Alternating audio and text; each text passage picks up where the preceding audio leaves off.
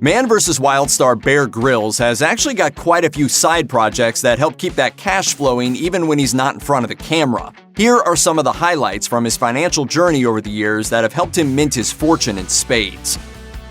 While it isn't everything, the successful Survivor's television career has obviously served as a critical piece in founding his financial fortune. Man vs. Wild, his first blockbuster show, was watched by over 1 billion viewers. But in more recent years, the Discovery Channel sensation managed to leverage his growing popularity into several other shows, including Running Wild, in which he's taken numerous celebrities with him on his adventures in the wilderness. Let's really discuss our plan here. I think on these journeys, it's always step by step. Right.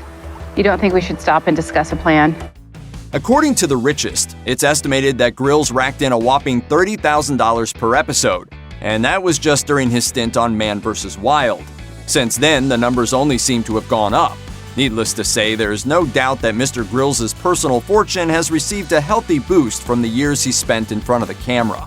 I think if somebody said to me age 7 that I could have a job that involves climbing trees and getting muddy, I would have thought heaven. Television career aside, Grylls has also made several savvy real estate investments over time, the most impressive of which has to be the island he owns in Wales.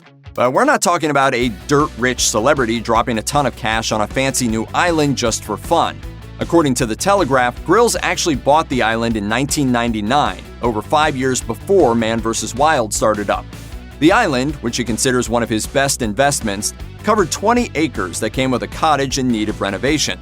He spent the 4 years following the purchase scrimping and saving up enough money to make repairs.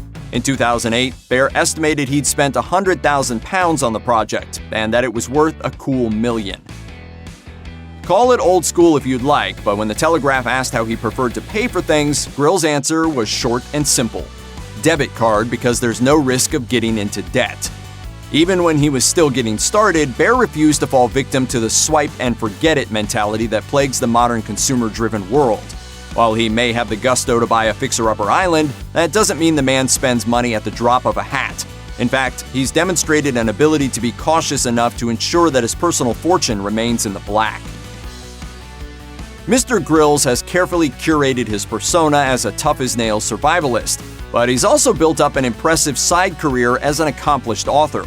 His lengthy list of book topics includes survival tips, lifestyle advice, his own personal experiences, and even a number of children's series.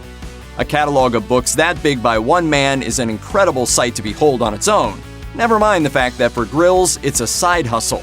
Sure, he might already own an island and be paid tens of thousands of dollars per episode, but when you consider the fact that he reportedly sold over 3 million copies of his books by 2015, the amount of influence that Bear Grylls the author has played in building his fortune becomes a bigger deal than just some cash on the side.